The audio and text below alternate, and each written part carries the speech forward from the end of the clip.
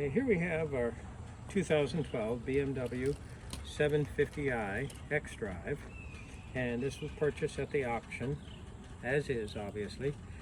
And what had happened? Well, the front drive shaft had actually separated, actually broken, and here we see it was actually digging in to the upper oil pan, or I should say oil casting there, of the N63 engine. Now, as we'll see in just a moment, the N63 is aluminum block, and it has what we call an upper oil pan and a lower oil pan cover. Well, the upper oil pan was just being beat out, and of course we have pictures of that, which we'll see here in the video. So it just nicely machined a hole in that upper oil pan casting, and you'd pour oil into the engine. No matter how much oil you poured in, it just come out on the ground, and the oil level warning lamp would continue to flash at you there on the information display. Now, it's not like this thing didn't make noise. I mean, this isn't something that just happened. I am sure that the people who originally owned the car drove it for hundreds and hundreds of miles, maybe thousands like this, before it deteriorated to this point.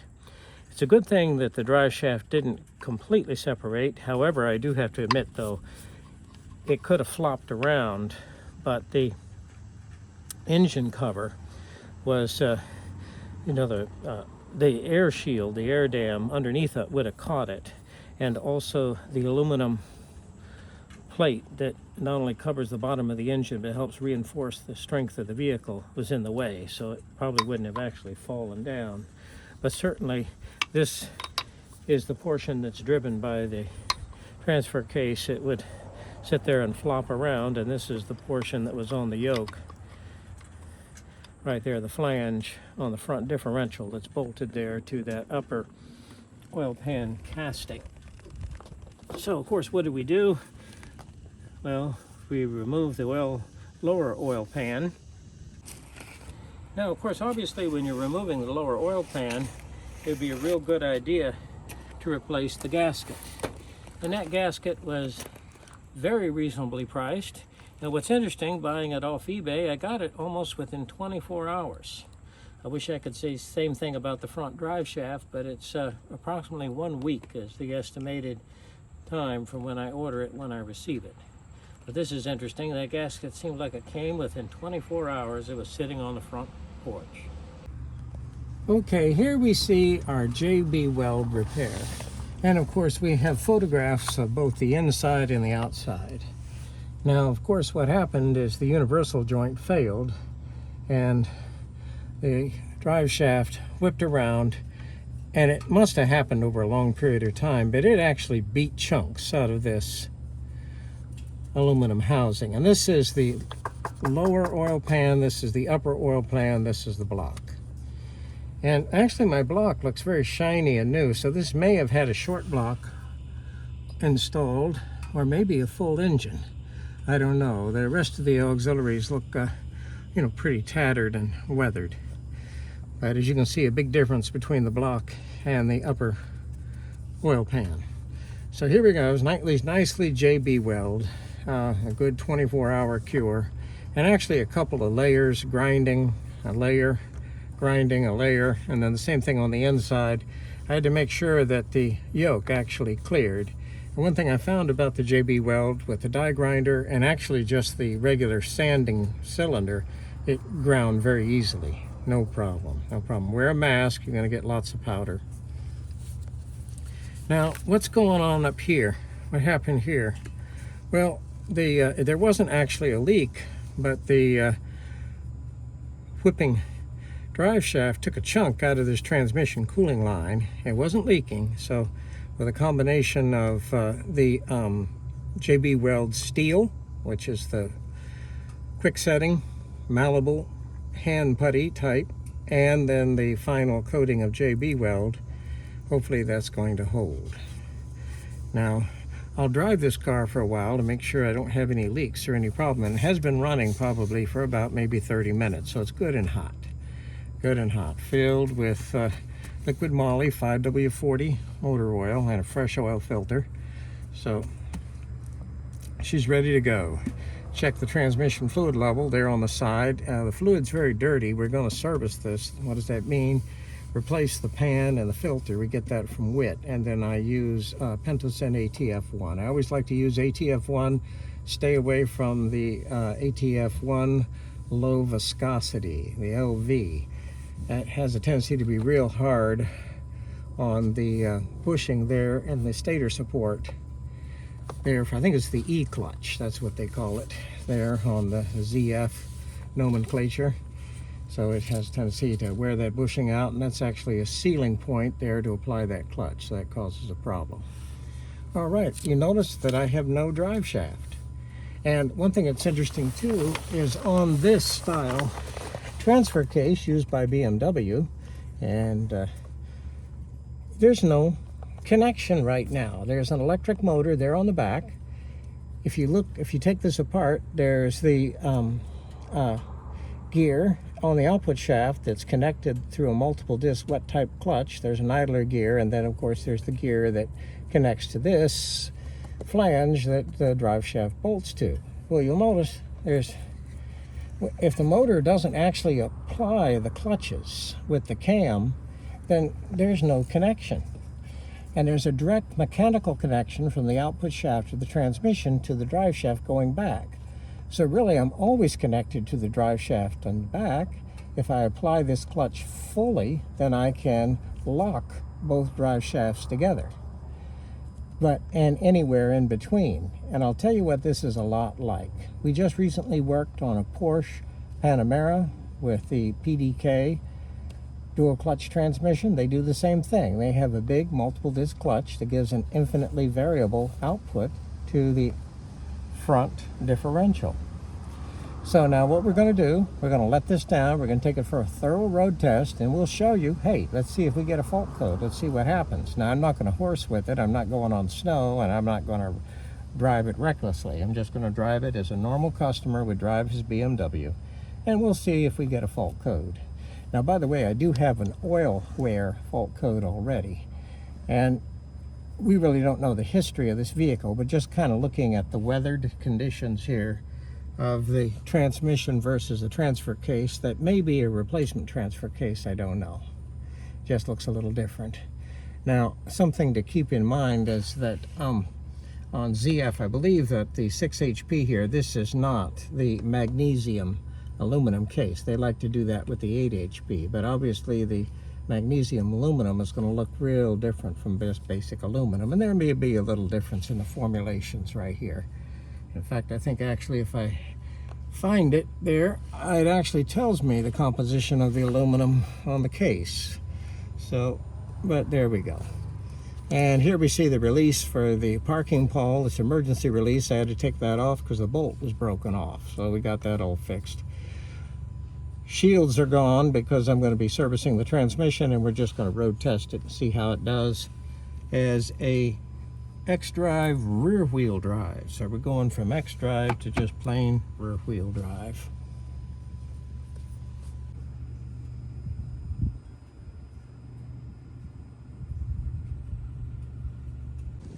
Okay, here we see our 2011 BMW 750i xDrive. Or is it? Nope, the front drive shaft is removed from the vehicle. The vehicle drives perfectly, no problem with park, and no check engine lights, no problem. Now obviously if I stressed it on snow or horsed around with it in the curves, it would tell that, hey, you know, I don't have a connection to the front wheels. But just in normal driving, no problem. And it's as if it were just a regular rear-wheel drive 750i. Now, we intend on putting the drive shaft in, it's just that I don't have it. And the old one, of course we were showing it, has broken up, and it actually damaged one of my bolts severely too. So I ordered a set of bolts for the flanges to the drive shaft universal joints. I don't have those. I won't have them until the end of the week. So I put the car back together. It's off the ramps. So You can drive it around, clean it up, go ahead and inspect it. And of course, after the catastrophic repair there on the crankcase, we carefully ran it for about 30 minutes to make sure there are no oil leaks, and we'll drive it around. As it goes to get inspected, we'll put it up in the air again and double check for any oil leak at our JB Weld Repair. The only pressure behind it is going to be crankcase pressure, which will go between a vacuum and a few PSI, and that's it. So, beautiful car, high mileage. Obviously the front end part has been replaced and painted. The rest of the car, very clean inside. The trunk, immaculate. Tires, excellent condition, nicely balanced. Everything basically works in the car, and it will make someone very happy. Okay, here we have our BMW 750i xDrive without the front drive shaft. And the interior is actually in very good shape, and that's always a problem with a used car, because oftentimes it's easier to deal with severe mechanical problems than it is with interior. But with the exception of the door pull, which I ordered a new interior liner there for the handle, it is in very good shape. I have some cosmetic problems there on the blower switches. I'll probably get they have actually a nice little sticker. You got to be careful putting it on, or it looks kind of cheap. Cup holder is in excellent condition. Here, the compartment, which I guess would be the ashtray, and it has a real cigarette lighter. That is in excellent condition. As far as the features here with the radio, I got a full-featured radio with FM, AM, satellite radio, and weather band. So that's certainly a nice feature. And of course we have the navigation. And we have the CD player. So those are all nice features, and here I see my CD player right up here in front. Okay. Tires are in excellent condition. This car actually came from New Jersey. The AC blows nice and cold. The blower is making noise, but on the 750i, the F01, F02, the way that the blower cavity is designed, it has a tendency to ingest leaves and debris, and also the little screen comes apart and goes into the blower squirrel cage, so that obviously needs to be cleaned out. No problem, we'll take care of that, and at the same time probably freshen up the cabin air filter. But right now it seems to be nice and cool. Glass is in excellent condition, all the windows work. Go ahead and put it in drive, and here we are, a xDrive rear wheel drive, no front drive shaft. Now this transfer case is a Magna ATC 35. Now the ATC 45 is for, like for instance, the X5. It uses the chain. The ATC 35, it just simply has the idler gear. And the way this transfer case is designed is that it actually has a wet-type multiple disc clutch that's applied mechanically through what they're calling a servo motor, and it can apply rather quickly, and it can progressively connect the front drive shaft to the rear drive shaft progressively, so I can have very little torque transfer or full lock between the rear and the front drive shafts. And another vehicle that we worked on recently that was designed like that was the Porsche Panamera with its dual clutch PDK transmission. We had the all-wheel drive version, and it had the progressive multiple disc clutch that would progressively connect the front drive shaft to the output of the transmission there as needed. in case, of course, we're cornering or any type of wheel slip. And I still also had the feature with the anti-lock brakes that if an individual wheel starts to spin, I can touch the brake independent of the driver through the anti-lock brake system. Okay, I don't have any check engine lights. My little triangle there is telling me to set the time, which I haven't set yet because the battery is disconnected. But it's doing real nice and quiet. We've had it on the road. Just under a half a tank of fuel. I'll go ahead and fill it up. And of course, especially the used car, we only use super premium. I like to get it from BP, Exxon, or one of the major brands. I want to stay away from the ethanol blends if I can. But here we go. Okay, here we see the drive shaft from the BMW 750i xDrive. This is a 2012. Now, BMW uses a transfer case made for them by a company called Magna. And Magna uses the identification of ATC 350 for the 750i. Now, this style transfer case, it uses the idler gear. The ATC 450, which is used in the X5, that uses a chain. Now, this is the front universal joint. This is what's actually bolted to the flange there on the front differential. And as you can see, this universal joint has failed. And this happened over a long period of time. This just didn't fail. It had gone a long distance.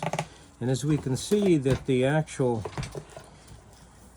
shaft itself has been doing a mean machine operation there in the side of the upper portion of the oil pan, or the lower portion of the crankcase, and that's made out of aluminum. It actually just busted it right out. It was leaking engine oil right on the ground as fast as you could pour it in, and the low oil warning light was just continually on there on the driver's console. Now, we've repaired the vehicle, cleaning it up very carefully and lowering the oil pan and washing out the damaged area thoroughly with brake clean and blow drying it with compressed air. And we've repaired it with JB Weld, and that wasn't just one application, but there are about 3 or 4 applications using about 3 packages. So I think we did a pretty good job. It seems to be nice and dry. Now, we've been driving the vehicle for a while without the front drive shaft. Now why does that work? Well, on the Magna transfer case, the output shaft to the drive shaft to the rear differential is splined directly to the output shaft of the transmission. So it always defaults to just a rear wheel drive vehicle. I have a wet type clutch pack that's progressively applied through a servo motor and a cam mechanism that allows me to progressively attach the front drive shaft to the rear drive shaft. So I can go from 100% rear wheel drive to 100% all wheel drive or 4-wheel drive lock. And so it's continuously variable, and this seems to work very well for BMW, but also other manufacturers use a similar scheme. One that we worked on recently was the Porsche, the Panamera, with the all-wheel drive PDK automatic transmission. It uses exactly the same scheme. It has a great big wet disc, multiple disc clutch that can progressively connect the front axle to the rear axle. So either 100% rear wheel drive or a totally 4-wheel lock, and anywhere in between.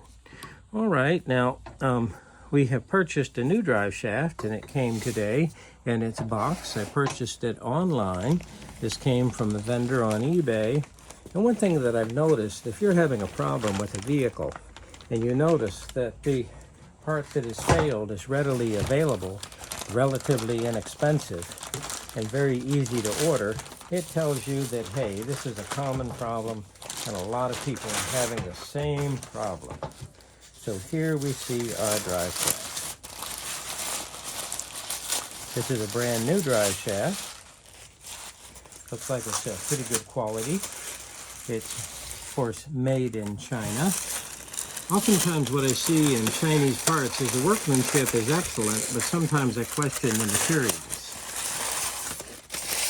But here we're going to find out. Now, I don't think it makes any difference whether the drive shaft orientation, there's no front or back to it. And let's go ahead and feel this universal joint. It feels good and tight, that's for sure. Maybe a little too tight in one direction, but that seems to be acceptable. Let's go ahead and flip it, and let's see what this side feels like. Feels a little bit freer. It's all ready to go.